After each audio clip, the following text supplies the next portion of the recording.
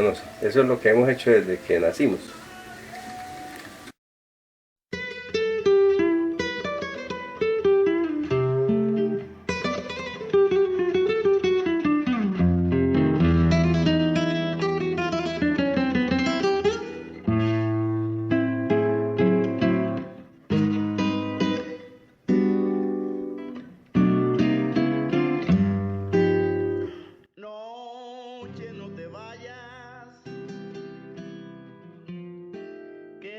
Con nosotros para siempre. El tabaco es una planta de origen americano que logró gran auge y demanda en los mercados mundiales. Después de 1492, el tabaco fue llevado a Europa, África y Asia para su cultivo. La adaptación más generalizada fue la del tabaco de humo o tabaco para fumar, consumido en pipa o en cigarros. En Europa, el tabaco se consideró un estimulante y su comercio fue castigado por parte de algunos gobiernos. El consumo de tabaco fue considerado delito y censurado desde Suiza hasta Turquía durante el siglo XVII. Al igual que su demanda internacional, en América su consumo fue habitual e incluso generalizado, por lo que para la corona el control de su cultivo y comercio representaba un ingreso a las arcas reales. La espalda nos da por las leyes haber quebrantado, que nos diga quien quiera juzgar, si en su vida jamás ha pecado. Gracias a la rica variedad de climas existentes en Colombia se tienen diferentes productos, pero solo a partir de mediados del siglo XIX algunos alcanzaron un relativo éxito en los mercados internacionales. Entre los productos de agroexportación más destacados se encuentra el tabaco, la quina, el añil, la tagua, los sombreros de jipijapa, el algodón y para finales de siglo el café y otros productos menos estudiados como el dividivi, el palo Brasil, entre otros.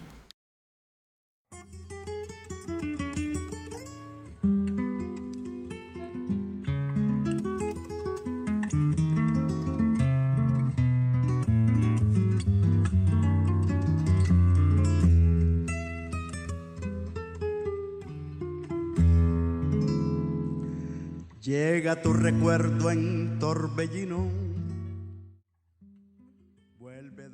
La historia económica de Colombia posterior a la independencia se resume en la lucha por definir el tipo de organización sociopolítica y económica que más se ajustaba a las características del país y el modo de vinculación al comercio internacional, en medio de la tensión existente entre los partidarios de continuar con el orden colonial sin España y los partidarios de romper con el mismo. Todo ello en un contexto en el cual el país se estaba rezagando frente a otros países de América Latina, por ejemplo, con la producción agrícola de Uruguay y Argentina, la producción azucarera de Cuba e incluso frente a Ecuador y Venezuela. Un suspiro, recuerdo tu desdén. El estanco del tabaco representó una de las mayores y mejores rentas para el Estado, la cual suministró gran parte de los recursos destinados a la subsistencia del aparato administrativo y militar, tanto del Virreinato de la Nueva Granada como de las primeras experiencias de la República de Colombia. Durante las denominadas reformas borbónicas bajo el gobierno de Carlos III, se propició una importante reestructuración del sistema fiscal americano, por la cual se crearon rentas estancadas, entre las cuales la más importante en el continente fue la del tabaco. El tabaco fue un monopolio fiscal en su comercialización desde fines de la época colonial. A principios del siglo XIX, debido al aumento de los controles sobre su cultivo, el tabaco se empezó a sembrar clandestinamente en varias regiones. Y entonces comprendí mi soledad sin para qué. Llovía y te ofrecí el último café. El tabaco en esta época marcaba la pauta, pues representaba la mayoría de los fondos del fisco. Se le dio tanta importancia que los representantes del gobierno lo declararon insustituible. Por lo tanto, era necesario que perteneciera al Estado, para controlar desde su cultivo hasta su venta interna y externa. Fue este el principal motivo por el cual se dictó la ley nuevamente que mantendría el estanco de tabaco desde 1821 hasta 1850.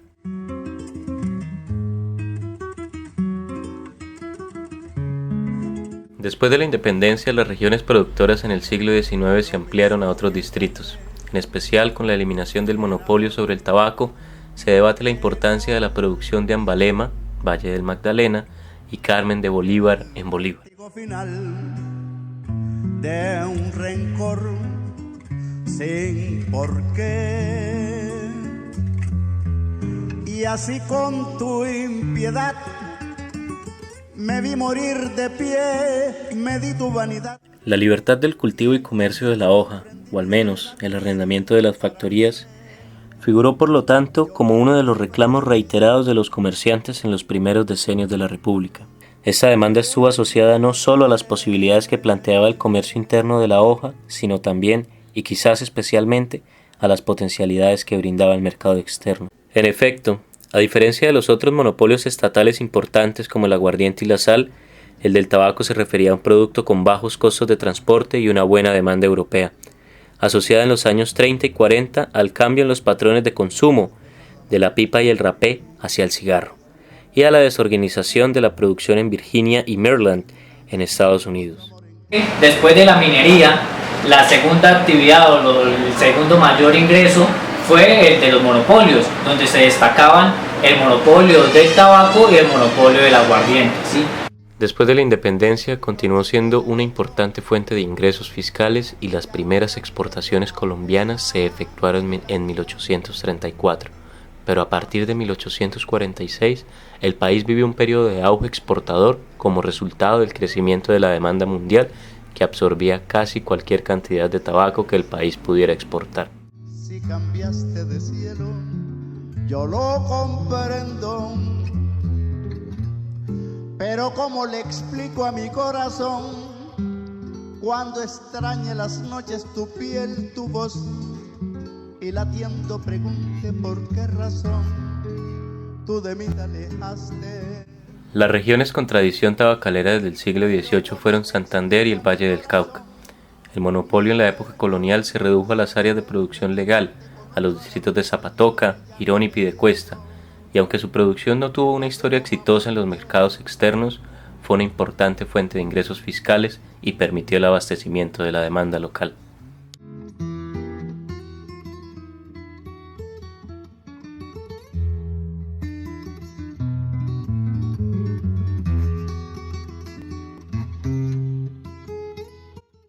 Por el contrario, durante la época republicana el cultivo del tabaco en la región santandereana abarcó amplios territorios del río de Oro, la parte baja del Cepitá, el Fonce y la parte media del río Suárez junto con las vegas de los valles de Girón, Piedecuesta y Enciso.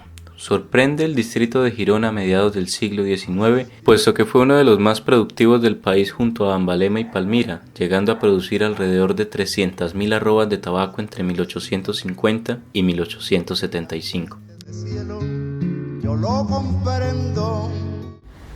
El buen tabaco se cultiva del nivel del mar a unos 1000 metros de altura, en terrenos que pueden ser de aluvión, volcánicos, francoarenosos.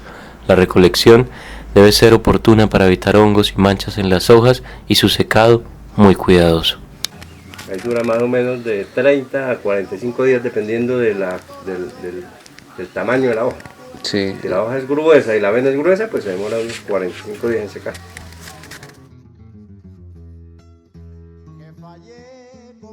La configuración en los patrones de división social dentro de la producción tabacalera dejaba a los hombres las labores más pesadas y a las mujeres las más delicadas. Por otra parte, los ancianos y los niños se encargaban de complementar las tareas de su familia. Nosotros tocaba coger, maletear y llevar al caney, colgarlo.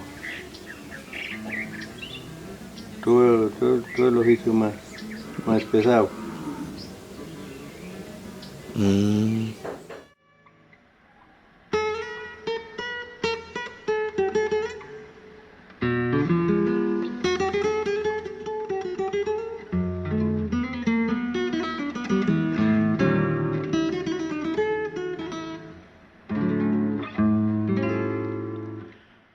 El primer antecedente que se tiene es de 1744, pero el monopolio en cuanto el nuevo reino de Granada se debe interpretar en cuanto a tres etapas fundamentales.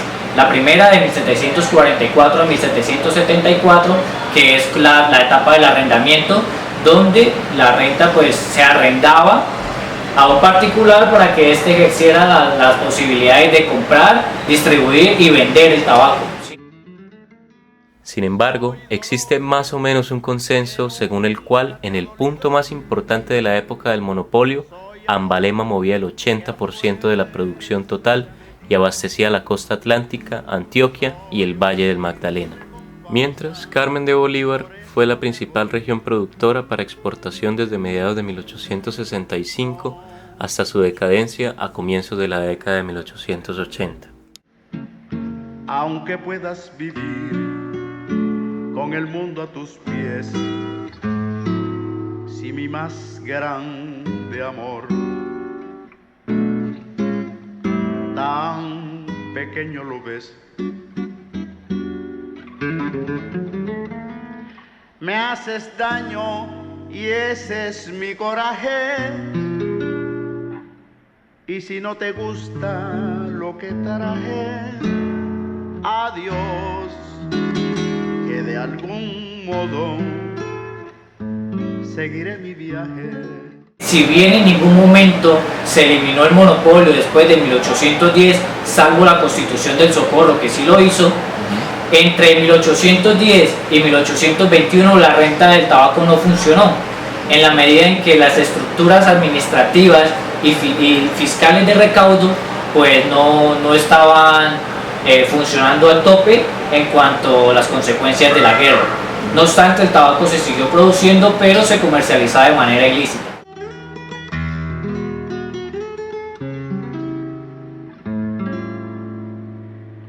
No sufriré tu altivez, aunque puedas vivir con el mundo a tus pies. Si mi más... Las llamadas reformas de mediados de siglo eliminaron el monopolio de la producción y comercio. La Ley 23 de mayo de 1848 declaró libre el cultivo del tabaco a partir del 1 de enero de 1850 y permitieron la expansión de su producción y el aumento de su exportación.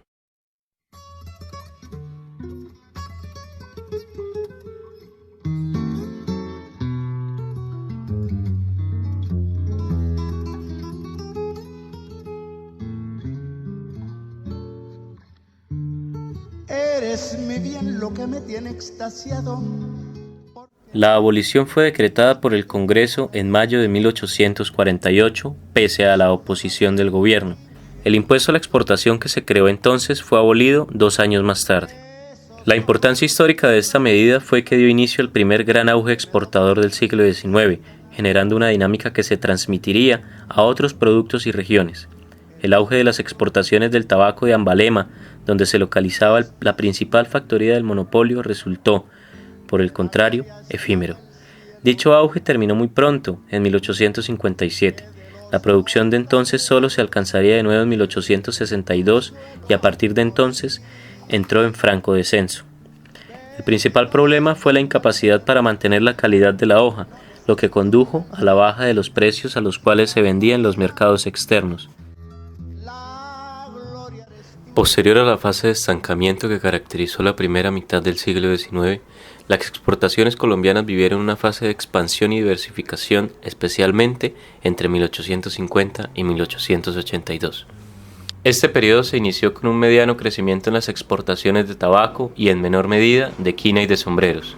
Entre 1854 y 1858, el tabaco llegó a representar el 28% de las exportaciones, mientras productos como el oro, sin perder su valor, reducían su participación en las ventas externas de un 75 a un 33%. La necesidad de conducir las materias primas producidas en el interior del territorio a los principales puertos del país como Cartagena y Barranquilla para su posterior comercio exterior condujo a la construcción y modernización de vías de comunicación terrestre para el transporte de mercancías. Hasta entonces, las redes de comunicación del país eran precarios caminos de herradura coloniales con los que el arriero y la mula debían sortear a diario. El lento pero progresivo avance del país en relación al comercio exterior supuso mejorar la red de caminos que enlazaban las principales regiones productivas del país con el río Magdalena. Este se constituyó desde siglos atrás como la principal vía de comunicación con el mundo exterior. El auge del tabaco dinamizó la navegación a vapor por el río Magdalena, y junto a la necesidad de transportar otros productos, se dio inicio a la construcción de líneas de ferrocarriles después de mediados del siglo XIX. De ese modo, diversas rutas fueron construidas para conectar regiones del interior con puertos comerciales como Barranquilla, Cartagena, Buenaventura, Puerto Berrío y Honda. La mayoría de los tramos quedarían inconclusos tanto por las guerras como por las limitaciones económicas del Estado. Allí, la inversión extranjera encontraría una gran oportunidad de negocio en la empresa de los ferrocarriles nacionales. Por lo demás, solo hasta el siglo XX se daría continuidad a la modernización de las vías de comunicación del país, mucho después de haber saboreado la efímera bonanza de tan preciada y agradecida hoja, el tabaco. El traspaso de la administración del monopolio al sector privado fue decretada en 1847, cuando se aprobó, además, la creación de nuevas factorías destinadas exclusivamente a la exportación. Años más adelante, es en 1845, donde la Casa Comercial Montoya Sáenz y Cía es donde, por medio de un contrato, le ofrece al gobierno colombiano el pago de una cantidad de dinero para que ellos sean los que puedan tanto comprar el tabaco crudo a los cosecheros, y en ese instante ya se rompe el objetivo principal del monopolio, que es el Estado manejar tanto la compra, distribución y venta del tabaco. Entonces ya en ese momento se rompe el monopolio, y es que la casa de Montoya y Sáenz lo que pretendía era, o por lo menos lo que hizo durante 5 años, fue comprar el tabaco crudo directamente a los cosecheros de Ambalema y vendérselo ya procesado y empacado al gobierno colombiano, para que este finalmente, a través de toda la red de administraciones principales, administraciones subalternas y estanquillos, pudiese llevarlo al mercado regional. Para el campesino contemporáneo, las condiciones no difieren de otrora tiempos, y el cultivo del tabaco pasó de ser su principal fuente de ingresos a simplemente una labor complementaria de tradición y respeto. Era mejor antes. Antes, como en el caso del tabaco negro, que fue lo que cosechamos nosotros toda la vida, en una casa en una familia que se cosecharan unas 15 o 20 cargas, alcanzaba con eso, alcanzaba para vivir la familia. Y ahorita no, ahorita el mismo número de familia no se alcanza. La caída en las exportaciones de quina y sombreros a mediados de siglo fueron compensados por un aumento considerable de las cantidades exportadas de tabaco. Es así como a finales de la década el tabaco se había convertido en el principal renglón de exportación y representaba casi el 40% de las ventas externas. Entretanto, el café comenzaba a tener significación exportadora, pero aún tardaría un poco más. Hasta el año pasado, nosotros lo que trabajábamos, el 95% era tabaco. Pero ya ¿Hasta el año pasado? Hasta el año pasado, este año. No, hasta hace 2 años. Hasta hace 2 años. Como se pasó el año, está de mal. Porque no alcanza. No alcanza. Cuando mantenerse con tabaco no alcanza. Hacia la década de los años 70, el tabaco disminuye aceleradamente su participación en el mercado externo, la cual es rápidamente compensada por la expansión del café y un nuevo ascenso de la quina, que por unos años fue el principal bien de exportación. No obstante, al decaer la economía interna y externa del tabaco, sobrevino también una contracción en la economía de la hoja y un periodo de estancamiento entre 1882 y la primera década del siglo XX, la cual tan solo vino a ser subsanada por el producto insignia del país, el café. Historiadores y economistas discuten como causas de la decadencia de la producción y de la crisis de las exportaciones la mala calidad del tabaco producido y exportado, así como el aumento de la competencia proveniente de la isla de Java. Otros defienden la idea de la incapacidad empresarial para construir una industria moderna y eficiente. Por último, hay quienes dan una mayor ponderación a la forma como operó la separación entre la producción y la comercialización, pues las variaciones de los precios internacionales fueron absorbidas por los segundos, mientras los primeros tendieron al monopolio. A pesar de esto, el país no encontró una ruta hacia un desarrollo exportador estable. entre otras razones por la falta de uniformidad del producto, su calidad o los altos costos del transporte. Linda mujer que me dio lo más, bien me derramó solo a mi alma. Torpe la piedra, pierdo, ay perdí la seña pa' no volver, mínima mujer dejó.